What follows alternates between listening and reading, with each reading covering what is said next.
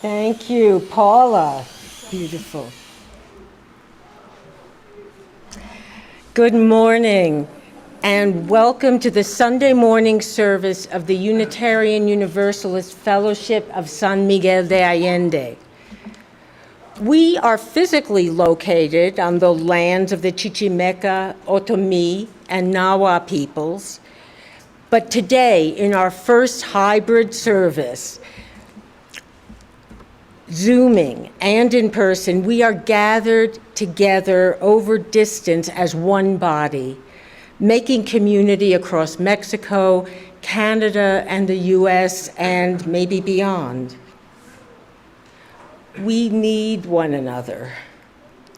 And one step at a time, we will find our way out of the maze of pandemic-imposed distancing.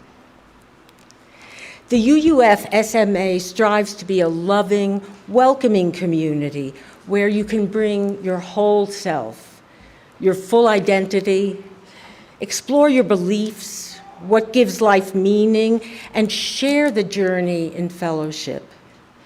UUs like to say, "Come as you are," and we hope you don't leave that way. My name is Kathy Canepa, and I'm a member of the Sunday Service Committee and the Committee on Ministry, and it is a joy to be our service leader today. You can learn more about what's going on in the fellowship and how you can become more involved by visiting our website, uufsma.org, uufsma.org. Now, an important announcement. If you wish to attend in person next week, you have to do the same as today, to contact Diana Amaya to make a reservation since we have limited seating, and the same COVID precautions are going to be followed. And since it will be our Day of the Dead service, if you're coming in person, please remember to bring photos of your loved ones because we will be making our fellowship altar here, as well as having our video altar. For those who are here, please remain in your seats after the postlude so that ushers can see you out one row at a time. And please hold off on socializing until you meet up outside. Okay? And for those on Zoom, just remain online so that we can meet and greet each other in the main room. It's good to be together. And now we go to Dr. Stephanie Studensky for this week's COVID Task Force report. Good morning, I'm Stephanie Studensky reporting for the UUFSMA COVID Task Force. This week, we join you in celebrating our first in-person gathering for our Sunday service. We appreciate the Planning Committee's hard work and attention to detail to make this gathering safe and rewarding. We're confident that you who are present in person will make every effort to keep yourselves and each other safe. As we continue to face the challenges of this COVID era, we know that our UUFSMA community includes people with differing risks and attitudes toward risk. So whatever choice you make about how to attend Sunday services, we're glad you're here today. In the Catholic tradition, when a church is to be used again after a long period without religious services being held there, it's rededicated. More precisely, in the language of that tradition, it's reconsecrated. Essentially, it's a ritual to reclaim the space as holy space. The Catholic ritual, also used when a church is dedicated for the first time, involves pouring sacred oil on the altar and lighting it on fire. It's dramatic and a moving ceremony. And we see that same kind of ritual in many other religious traditions. In Judaism, for example, we know the stories of the purification of the temple and the rekindling of the sacred lamp as told in the Hanukkah story. From the burning bush of Moses to the oil lamp of a Hindu puja, to the eternal flame in a church or a cemetery, or the burning candles used in so many different traditions. A flame represents purification, commitment, and the presence of the sacred. These traditions all recognize that after an absence from the space, something needs to be done to make the space feel right again for their worship. Today we return to our space. It seems fitting that we too rededicate it. I believe that it's with our very presence here that we do that, but we too use fire in our ritual. We too have our sacred lamp to rekindle. So this morning, we light our chalice flame as an act of reclaiming, rededicating, even if you will, reconsecrating our space, of making this space once again feel right for the gathering of our community.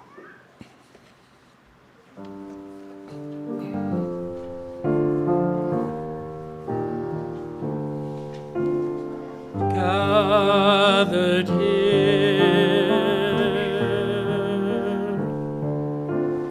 here in this special place, a place so familiar to many of us, a place full of our history, where cherished memories were made, where we still see the faces and feel the presence of those who've gone before, and a space new to some, where they too will be uplifted, challenged, where they will experience both spiritual depth and the bonds of beloved community. A place we claim for our future and all that it will hold. A place now expanded by the reach of technology that brings you here into this room, no matter where you are. Being here is important to us.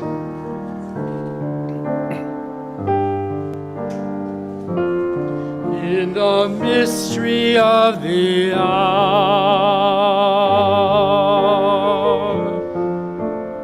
This time, this hour or two on Sunday morning is especially important. We feel the deep connection to others, to our community, and to what's sacred. We acknowledge that there is mystery in our lives, that we do not have all the answers. We come together in the questions of life and support each other as we explore them.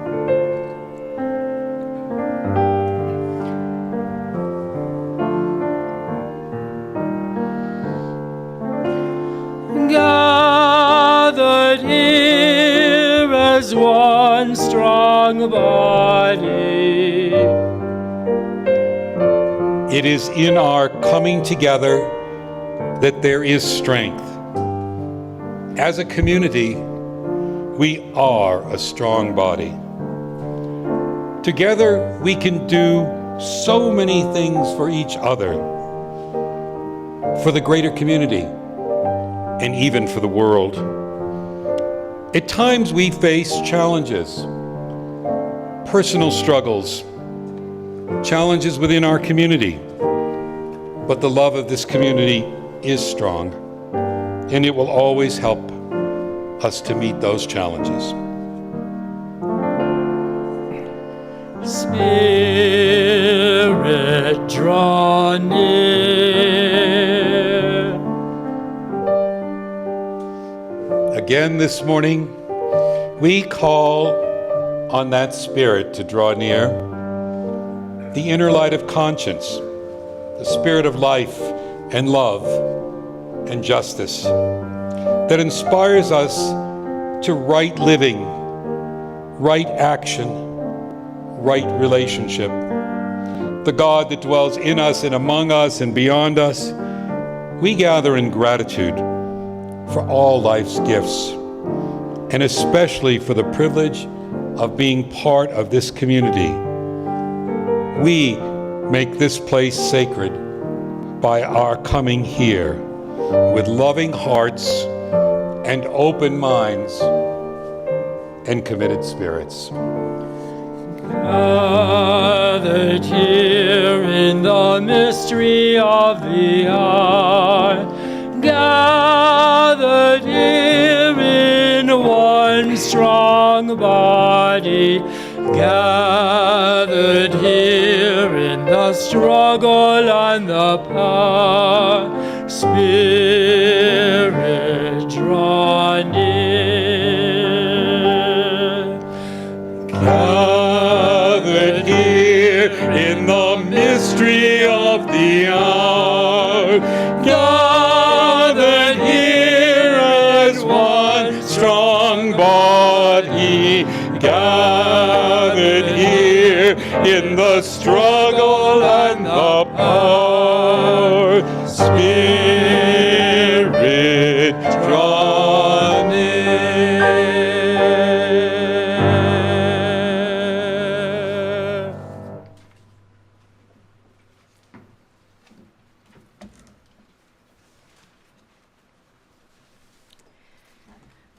Please join me in reciting together our spoken covenant. The words will appear on your screen at home or here in the Aldea shortly. And Malcolm, if you can step back, I'll see if they've appeared. Okay. Okay. We respect the interdependent web of life and work for a just and peaceful world. We encourage the search for truth and meaning, strive for compassion in our relationships, and seek values that will benefit our lives and the lives of others. This is our covenant. Respetamos todos los estilos de vida dentro de su red interdependiente y trabajamos por un mundo justo y pacífico. Alentamos la búsqueda de la verdad y la comprensión total. Nos esforzamos por mantener compasión en nuestras relaciones y buscamos valores que beneficien nuestras vidas y las vidas de los demás. Este es nuestro convenio.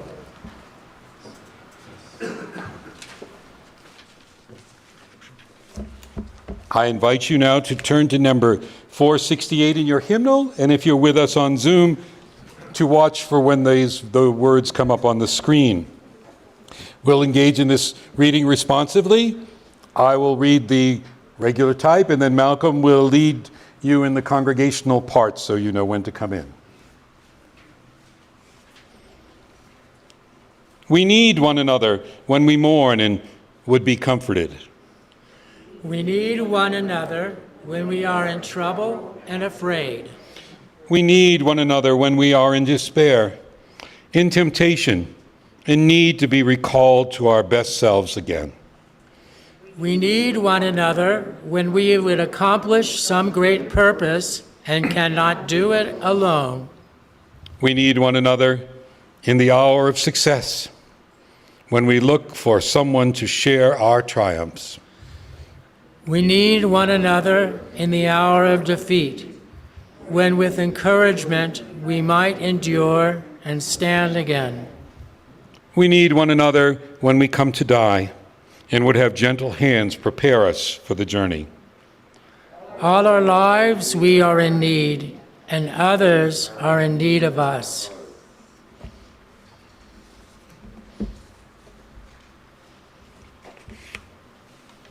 We now enter into a time of profound sharing, where members share significant joy, sorrows, or concerns with their community.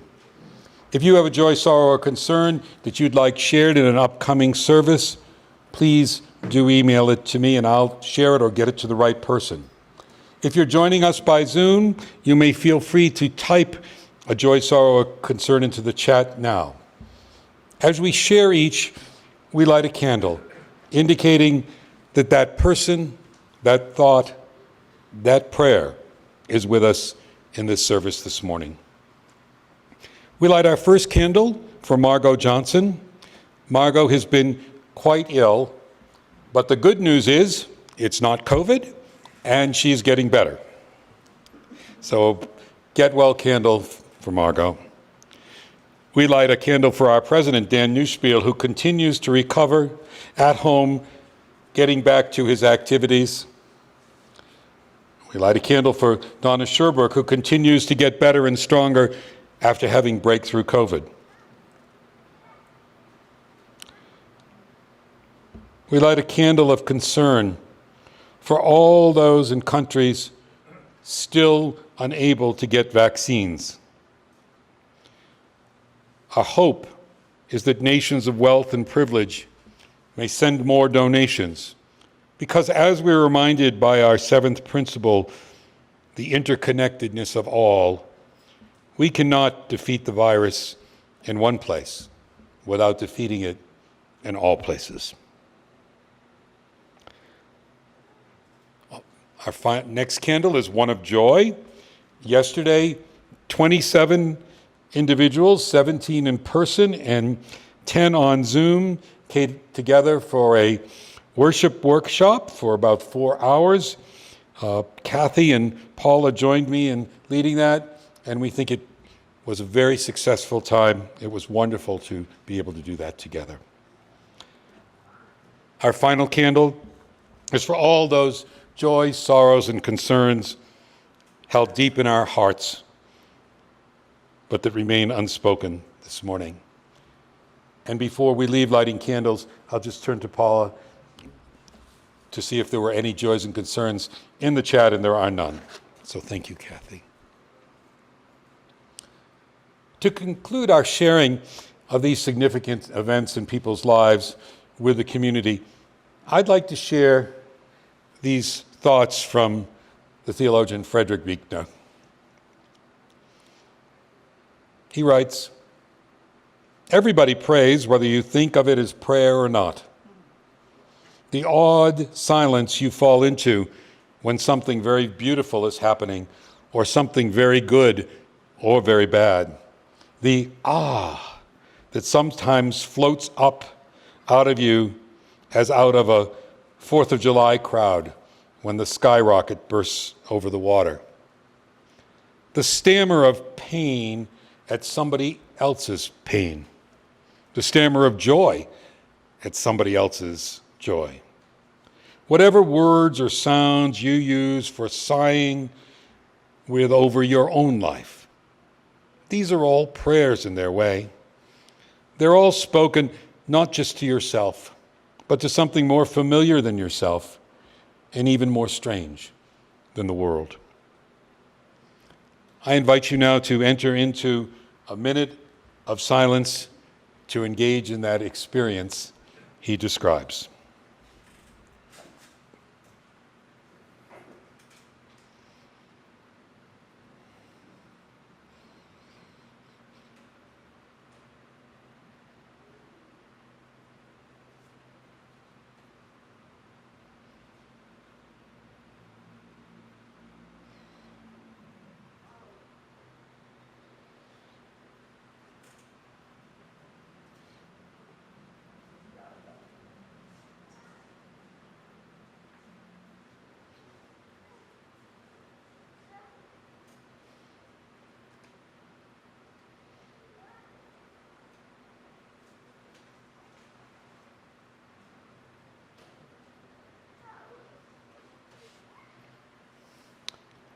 Amen.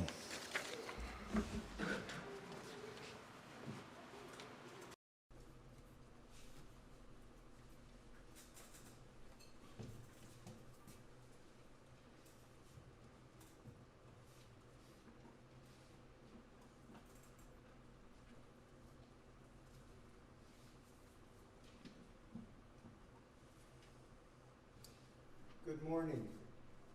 My name is Gary Belkin, and I serve as the treasurer of the fellowship, and I'm a member of the board. I add my welcome to everybody here and those joining us on Zoom. It has been our custom during our weekly offertory to frequently highlight the work done by those organizations, those not-for-profit organizations that our fellowship supports. We also would like to periodically recognize the work done by our volunteers. It takes a village. Our fellowship is dependent upon the work done by these many volunteers. Last month, Becky Langrell, chair of the Social Action Committee, described the work done by that committee, including the important work in administering the grant program for the not-for-profit organizations that we support. Today, I would like to tell you a bit about the work that is done by the board. The board, which meets monthly, is charged with the responsibility of administering the fellowship. Board members are elected by the membership to serve for a 2-year term, and they are not limited to 1 term. The board establishes policies for the smooth administration of the fellowship, reviews the monthly reports of the various committees, and considers proposals from the committees, board members, and others. Some committee assignments require board approval.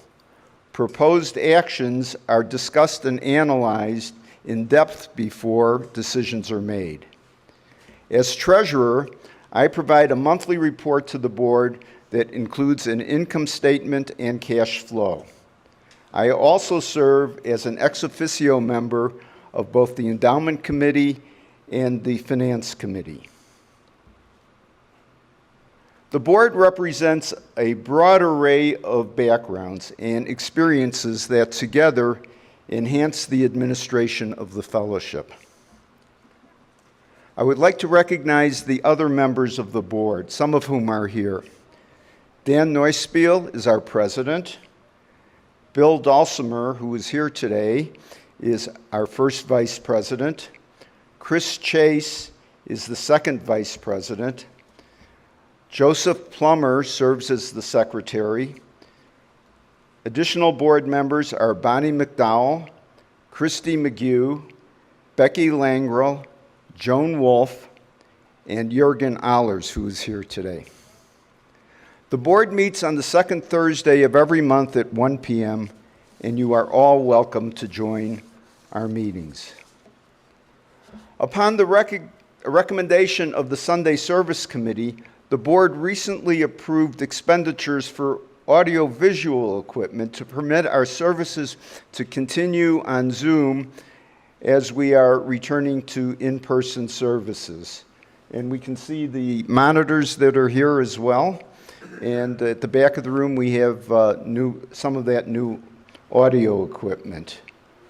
After carefully considering the additional costs needed to continue Zooming our weekly services, the board decided that the benefit of having the services available online to those who are unable or choose not to attend in person warranted the additional work and expense. Your generosity makes possible these enhancements to our programs, all the fellowship services, and the support for the not-for-profit organizations that we support, and add to the betterment of the lives of Mexicans in and around San Miguel. Today, we return to passing the collection basket for those who have joined us here in person. And for those joining us by Zoom, you may donate by clicking on the donate button that will appear in the chat box, or you can log on to our website, uufsma.org, and click Donate Now, or How to Donate, to make your contributions. I would like to note that because of some unanticipated banking issues, contributions for a short period of time could not be accepted by Zelle for interbank transfers. That has been remedied, and Zelle is now available. And for those paying by check, please note that we have a new account number. And now the collection will be collected and gratefully received. Thank you all.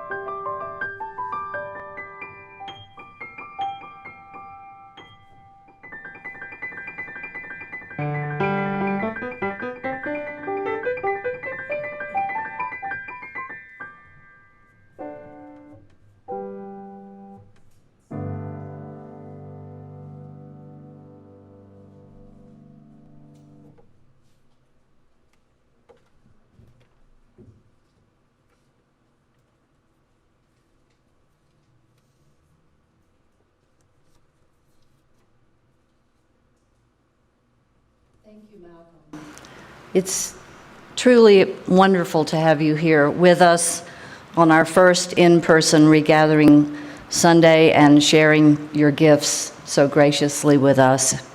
We love you. And now for a reading.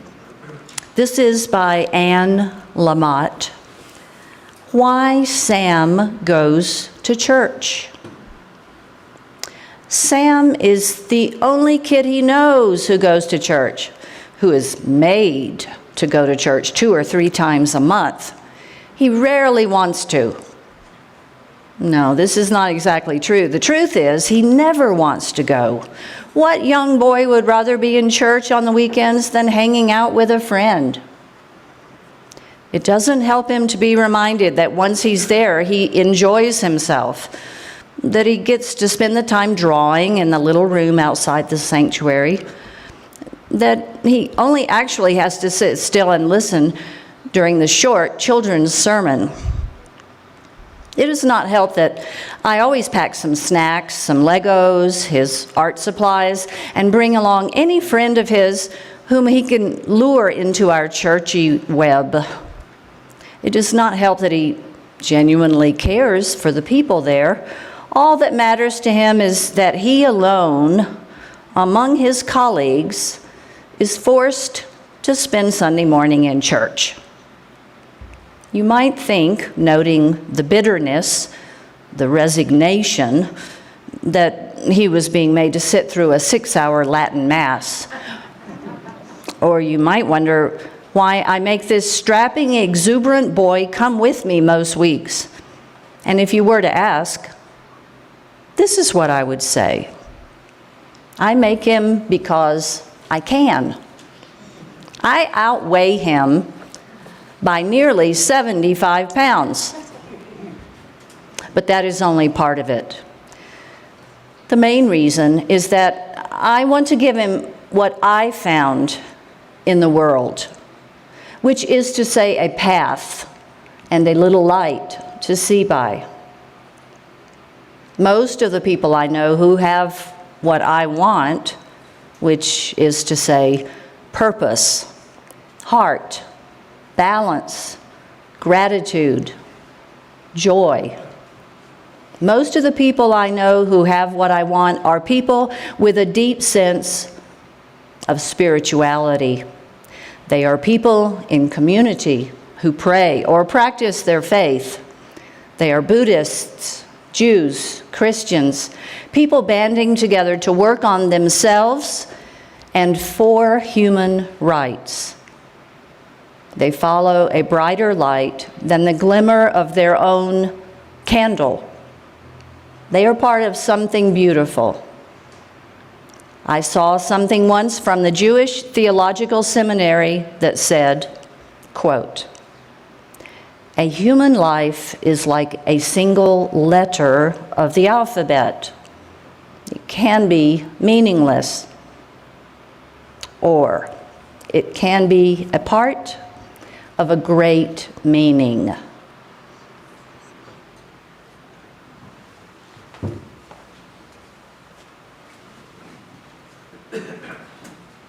Please join us now in singing hymn number 300, With Heart and Mind.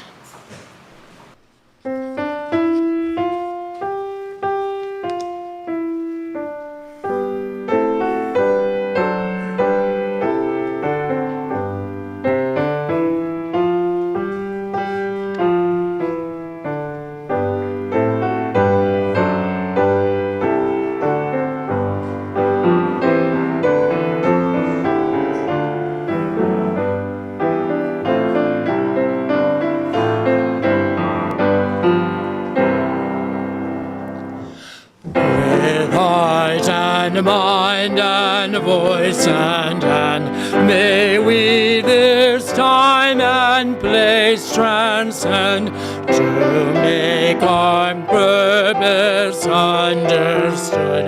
A mortal search for mortal good, a firm commitment to the goal of justice, freedom, peace for all. A mind that's free to seek the truth, a mind that's free in age and youth, to choose a path no threat impedes, wherever light of conscience leads. needs.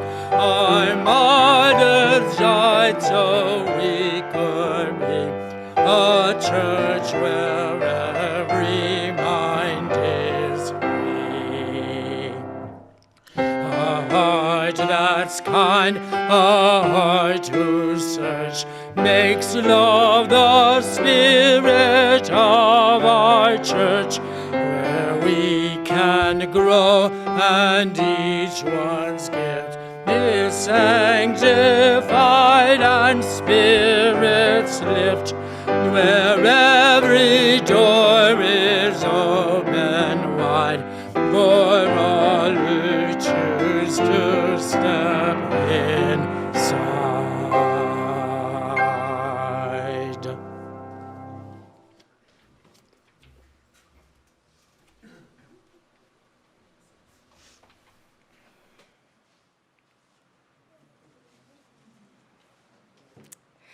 A reading by Reverend A. Powell Davies.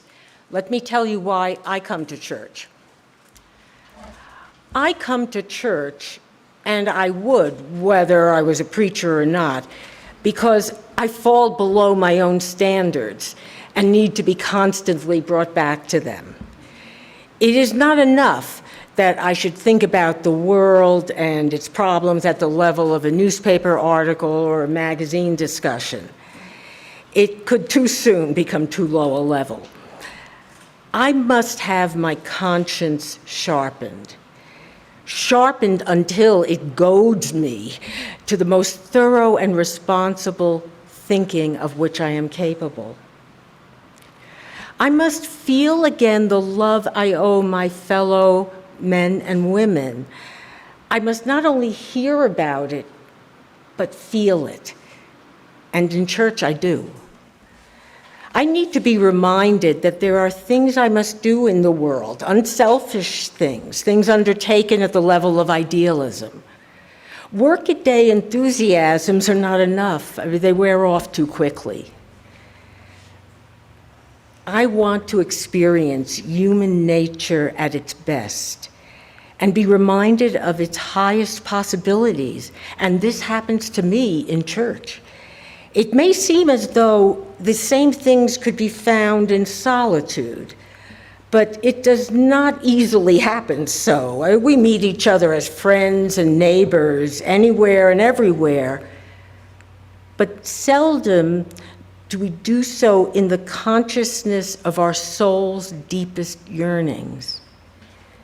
But in church we do, in a way that protects us from all that is intrusive, yet leaves us knowing that we all have the same yearning, the same spiritual loneliness, the same need of assurance and faith and hope.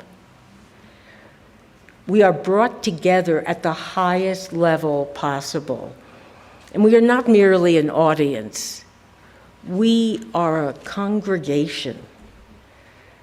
I doubt whether I could stand the thought of the cruelty and misery of the present world unless I could know, through an experience that renewed itself over and over again, that at the heart of life there is assurance, that I can hold an ultimate belief that all is well.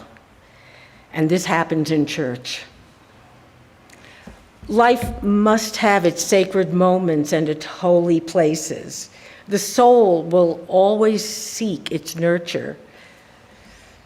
For a religious experience, which is life at its most intense, life at its best, is something we cannot do without.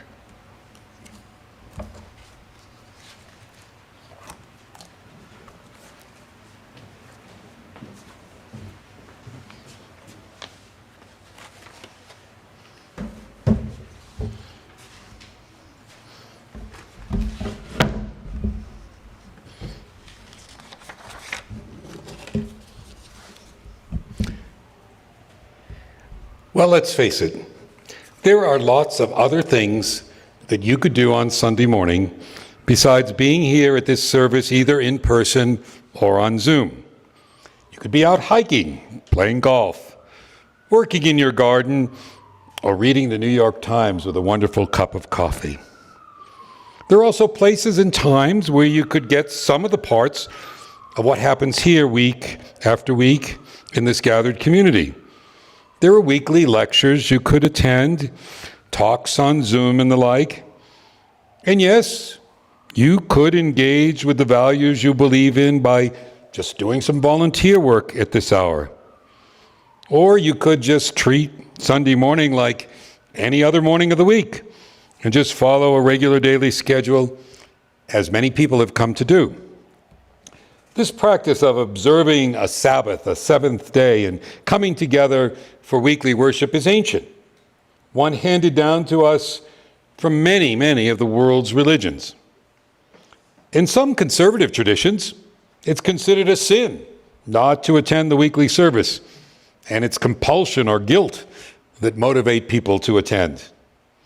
But not in a liberal religious congregation, and certainly not in a Unitarian Universalist fellowship like we have here in San Miguel. Yet here we are, gathered in person or on Zoom week after week. Why do we do this? You know, it's not all roses. Not everything is to our personal liking. What's shared may not always be what you believe. We don't agree on every idea. And yes, there are people we find difficult. So coming here requires some discipline sometimes. Lots of people have given up on going to church or to temple or to whatever they call the gathering place in their tradition. They've simply decided they don't need it in their life. You know, recent polls show that there has been a dramatic decrease in those who identify themselves as part of any kind of religious tradition. In fact, when asked the question about religious affiliation, the largest growing group is nuns. And I don't mean N-U-N-S, I mean N-O-N-E-S. Some of those folks will tell you that it's because of their difficult experience with the religion in which they were raised. Others will recite for you a list of crimes and atrocities that have been committed through the ages in the name of religion. Still others will proclaim that science has refuted all sacred texts, and they conclude, why bother? They conclude they have no need for this weekly gathering in their lives. Now, I don't disagree with some of their premises. Many of us have scars from being raised in religions that judged us as sinners. And it's certainly true that heinous crimes have been and are still being committed in the name of religion. And I don't disagree that biblical explanations of the world may no longer commend themselves to a modern scientific mind. However, I do believe the conclusion they draw, that therefore we as individuals no longer need this weekly gathering, is not correct.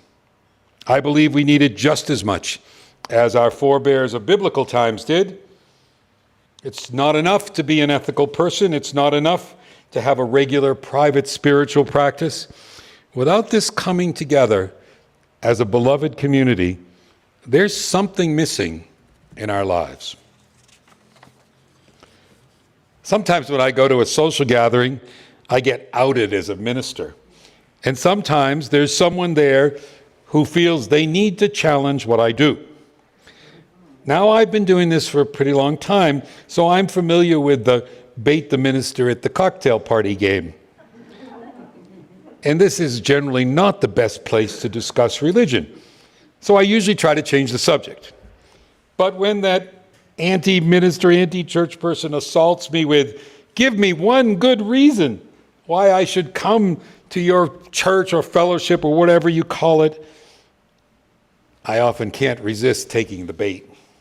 So this morning I'm going to do that. I want to tell you what I think are the good reasons to come to this service every week, either in person or by Zoom. And now I've got to admit, as you're here one way or another, this is a bit of preaching to the choir, as they say. But nonetheless, I think we need to remind ourselves of a few things from time to time, and especially after having gone through this time of separation and isolation, it's a good time to focus maybe on why we do this. So let's start by answering the question of why should we come here or tune in on Zoom on a Sunday morning by saying there's not just one good reason, there are many.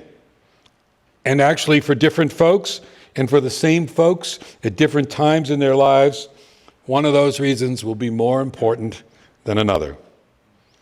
The readings you heard and participated in and the hymns we sang this morning get at some of those reasons, but here's my checklist. We need the church community for mutual support. In good times and in bad times, and even in those times in between. In true religious community, the mutual support that we provide to each other as we travel life's journeys is critical. We're connected in our giving and in our receiving from each other in so many ways, in ways we don't even recognize. We easily recognize the needs of those who are ill or those who've lost a loved one. But there are many more subtle, what we call intimacy needs that are being met in a gathering like this one.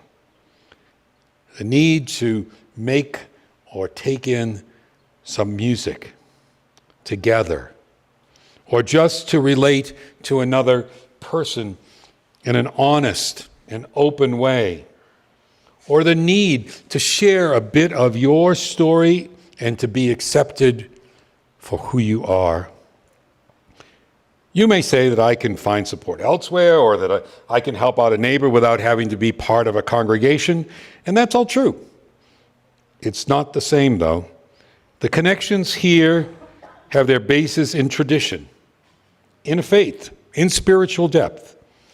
There's something that pulls us to be here, to be there, I should say, for people that we might not otherwise do, to connect with people who we would not otherwise meet, and who probably will bring extraordinary gifts to our lives. Here our giving comes from a deeper place, and that's felt by the receiver. We are in a long-term relationship here, and we know that if we are here for a while, that there will be times when we are givers and other times when we are receivers. And we will feel okay about that. One week we'll be sending an email or a card to a member who's struggling with an illness, and perhaps the very next week we're receiving one of sympathy for a lost family member. A person facing cancer treatment once said this to me. "This is tough," he said. "I know I need the support of others, and that's what I find here. These are the people I want around me as I travel this journey. I've always been a giver, and it is hard to be a receiver.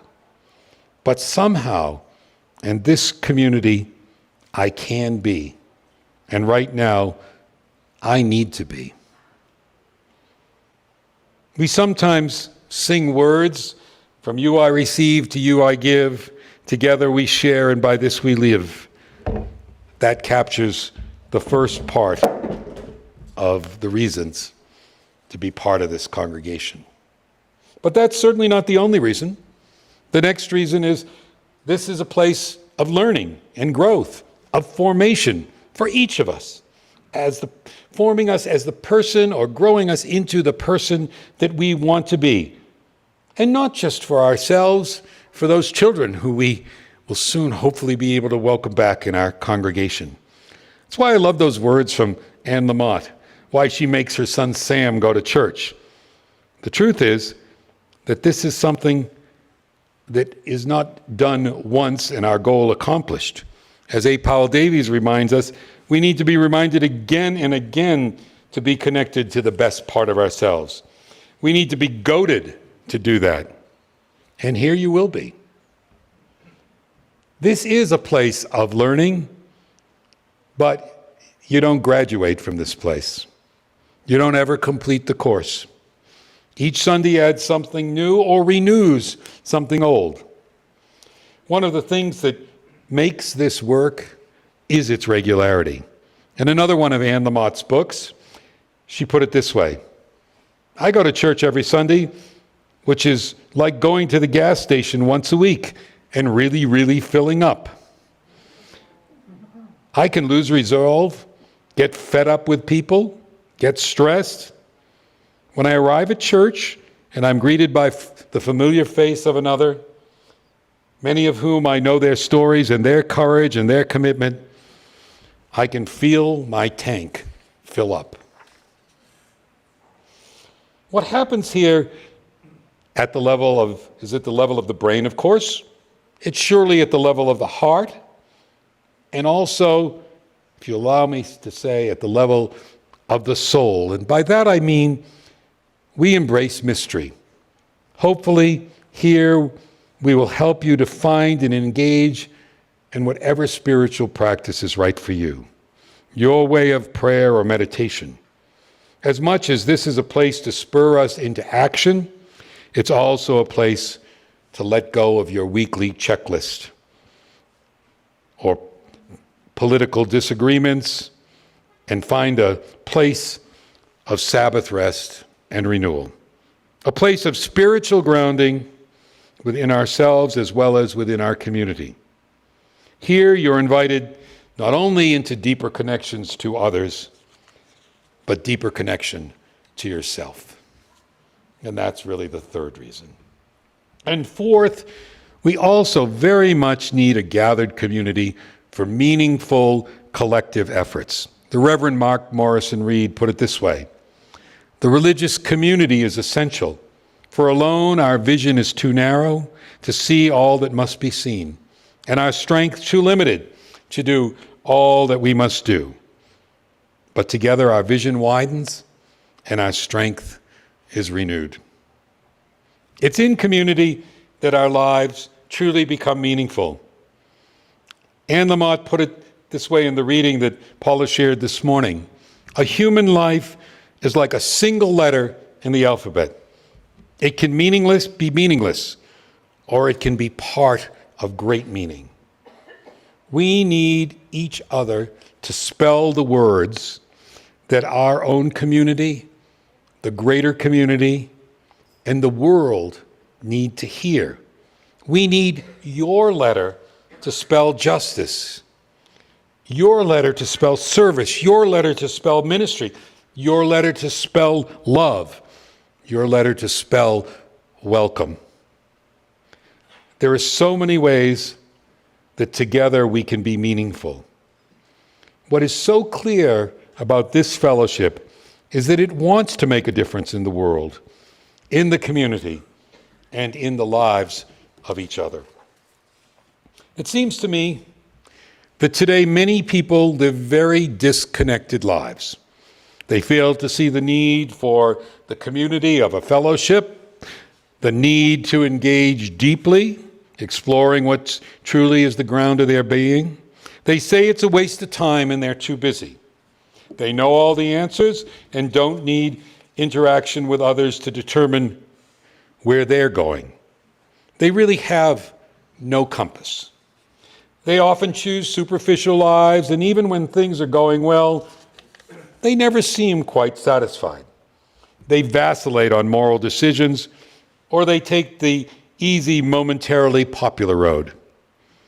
For many of them, the Tao, D-O-W, is the Tao, T-A-O. Personal economic gain seems to be their guiding philosophy. Yet their accomplishments don't bring them the joy that they thought they might. They often feel alone and find it hard to trust others. They never find that place of fuller and richer life because they lack the connections and are looking in all the wrong places. But then there's the person who lives a very different life. The person does not have all the answers, and they know that, but is willing to engage with the questions. She hears the call of conscience. He comes to church because he needs to be called time and time again to his best self. In both gathered worship and personal times of reflection, they strive to connect to that deeper place of fullness, of truth, of love that can serve as their compass on their life's journey. Their lives are not without challenges, but they meet those challenges standing on firm ground with courage and love and trust that things will work out. They feel the support of others on their journey, and they take joy in serving others and engaging with others in serving the greater community. They feel connected to others. There is a simple kind of joy in their life. Their ongoing quest for those deep connections, both of intimacy and of ultimacy, make their lives worth living. You know, I think sometimes we think of ourselves as so advanced over those in the past, or even who today hold views that we might think of as superstitious beliefs, who explain the world in ways that don't conform to our scientific understanding. We think of ourselves as unlike them. But I suggest to you that at the level that matters most, we are not. Our yearnings, our desires, our need for each other, for beloved community, for deep spiritual nurturing, and for the inspiration to do good in the world are exactly the same. For those in the past, the gathering on a Sabbath was a critical part of all they were and all they did. And I worry that too many have, as they say, thrown out the baby with the bathwater.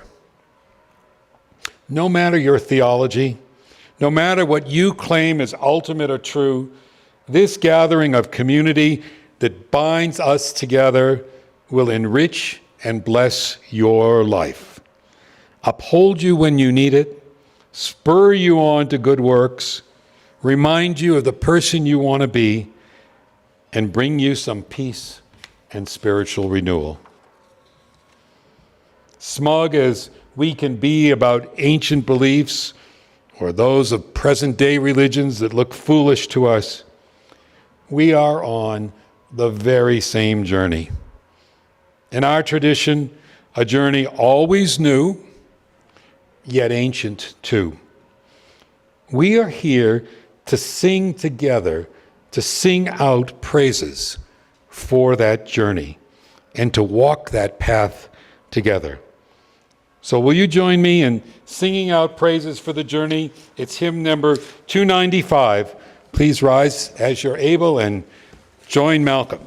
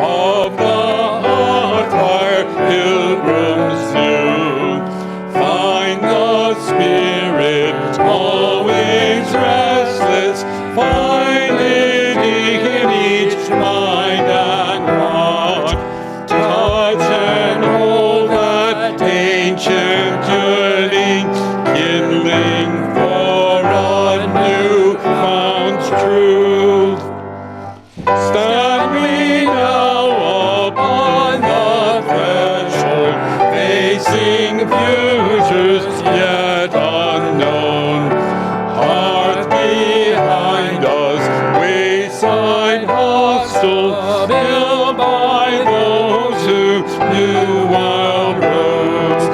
But we hear their sacred embers carried in our minds and hearts. It has been great to be with you in a gathered community once again. In our space, as we have done in the past, and also to be with you in this new way of Zoom again. I hope you will join us again next week for our special Day of the Dead service.